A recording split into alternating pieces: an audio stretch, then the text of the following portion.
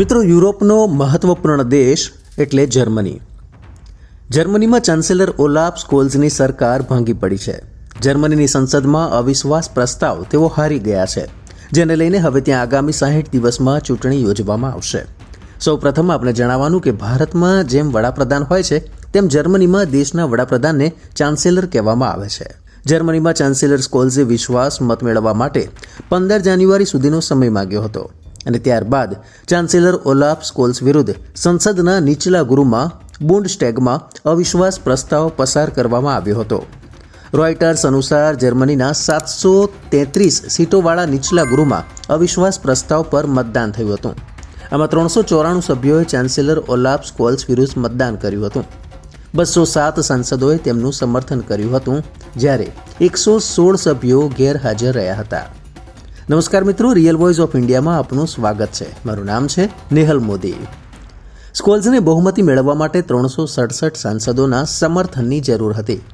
મતદાનના પરિણામો આવ્યા પછી તરત જ ચાન્સેલર ઓલાફ સ્કોલ્ઝે જર્મન રાષ્ટ્રપતિ ફ્રેન્ક વોલ્ટર સ્ટેઇનમેયરને સંસદ ભંગ કરવા અને નવી ચૂંટણીઓ યોજવા માટે અપીલ કરી હતી.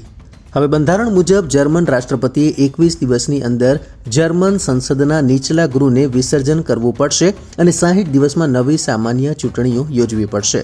જો આમ થશે તો જર્મનીમાં નિયત સમય કરતાં 7 મહિના પહેલા ચૂંટણી યોજાશે. અહીં આપણે જણાવી દઈએ કે 2021માં યોજાયેલી સામાન્ય ચૂંટણીઓમાં સ્કોલ્ઝની એસડીપી પાર્ટીને 206 બેઠકો પ્રાપ્ત થઈ હતી.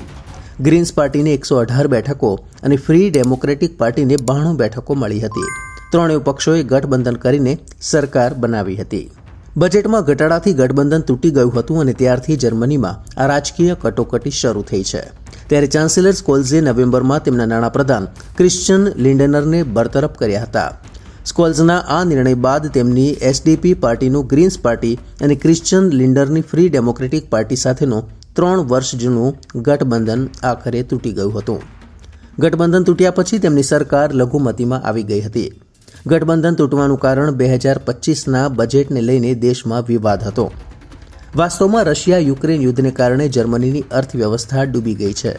અમેરિકા પછી જર્મની યુક્રેનને સૌથી વધુ આર્થિક મદદ કરી રહ્યું છે. જર્મન અર્થવ્યવસ્થાને ઠીક કરવા માટે ચાન્સેલર નાણાકીય સંસ્થાઓ પાસેથી વધુ લોન લેવા માંગતા હતા, પરંતુ નાણામંત્રી તેનો વિરોધ કરી રહ્યા હતા.